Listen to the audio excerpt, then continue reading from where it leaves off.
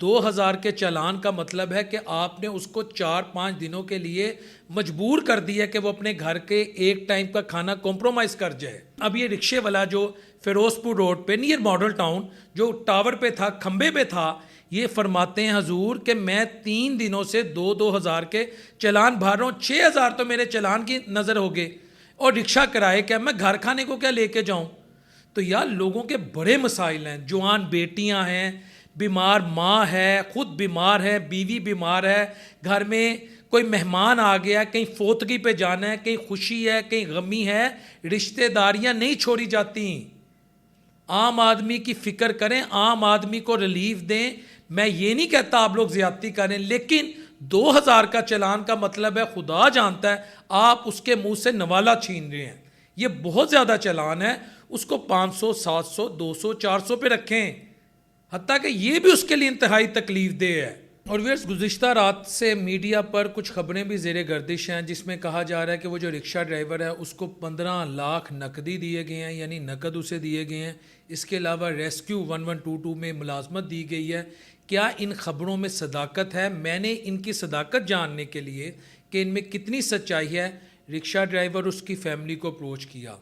رکشہ driver جو وہ اس وقت ٹی وی پہ نہیں آنا چاہ رہے, آسان الفاظ میں صحافیوں کے سامنے نہیں آنا چاہ رہے, ایک طرح سے وہ غائب ہو چکے ہیں. میں یہ نہیں کہہ رہا کہ ان کو کوئی اٹھا لیا گیا ہے یا ان کو کوئی کسی نے کڈنیپ کر لیا, سچ بات نہیں ہے, لیکن وہ جو کچھ کر چکے ہیں گزشتہ رات, اب میرا خیال ہے کہ وہ اس پوزیشن میں نہیں ہے کہ وہ میڈیا کے سامنے آئیں یا میڈیا سے بات کریں. اس وقت تک مجھے نہیں پتا آنے والے گھنٹوں میں کیا سچویشن ہو جاتی ہے, لیکن میں نے ان کو بالکل اپروچ کیا, وہ ولنگ نہیں ہے, بلکہ وہ موجود ہی نہیں ہے.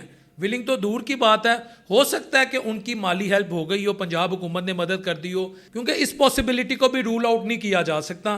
لیکن اس وقت وہ رکشہ ڈرائیور جو ہے وہ کیمرے کے سامنے نہیں آنا چاہ رہا, اور وہ یہ نہیں بتانا چاہ رہا کہ اس نے ایسا اقدام کیوں اٹھایا یا اس نے یہ قدم کیوں اٹھایا. اس کی زوجہ نے بتا دی ہے. اور جو ہماری اگلی خبر ہے وہ وزیر اطلاعات پنجاب عظمیٰ بخاری صاحبہ کی, ان کی ایک سٹیٹمنٹ آئی ہے, میں آپ کے سامنے رکھ دیتا ہوں 9 مئی سے ریلیٹڈ. وہ فرماتی ہیں, وزیر اطلاعات پنجاب عظمیٰ بخاری نے کہا ہے کہ 9 مئی کرنے والے اور کروانے والے کسی بھی معافی کے مستحق نہیں ہیں. اپنے بیان میں وزیر اطلاعات عظمیٰ بخاری کا کہنا تھا کہ 9 مئی ایک ناکام بغاوت تھی جس کے تمام شواہد عام ہو چکے ہیں. ناکام بغاوت اور سازش کے مرتکب کردار سیاسی لبادے کے پیچھے چھپ نہیں سکتے. اس کے ساتھ ساتھ انہوں نے یہ بھی کہا کہ جو شہداء کے مجسمے ہیں اور جنہوں نے شہداء کی توہین کی ہے, ہم ان کے خلاف بھی سخت ترین ایکشن لیں گے.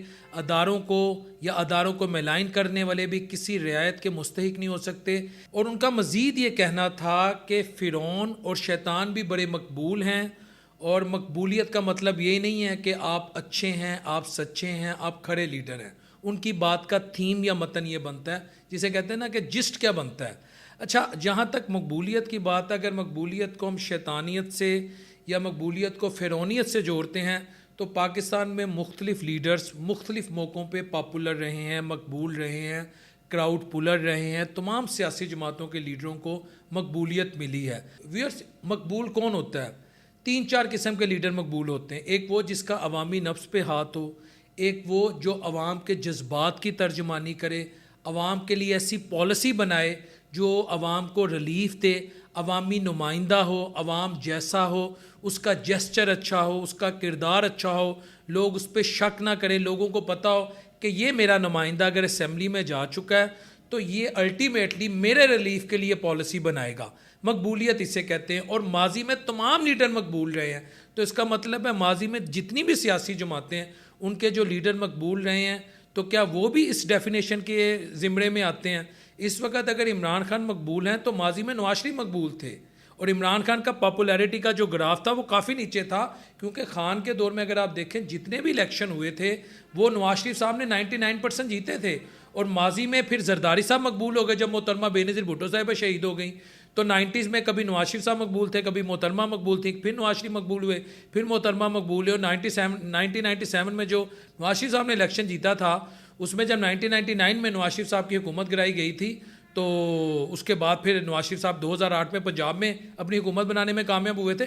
تو مقبولیت کا گراف اڑتا اور گرتا رہتا ہے, یعنی کبھی ہوا میں اوپر چلا جاتا ہے, کبھی نیچے آ جاتا ہے. تو میرا خیال ہے ہاں 9 مئی کی مذمت کرنی چاہیے، شہداء کے مجسمے توڑنے والوں کی مذمت کرنی چاہیے، اور ملک کی سالمیت کے خلاف بات کرنے والوں کی مذمت کرنی چاہیے، اور جو کہتے ہیں یہ جو دہشت گردی اس کے پیچھے وردی ہے، اس طرح کے نعرے لگانے والوں کا منہ توڑ دینا چاہیے.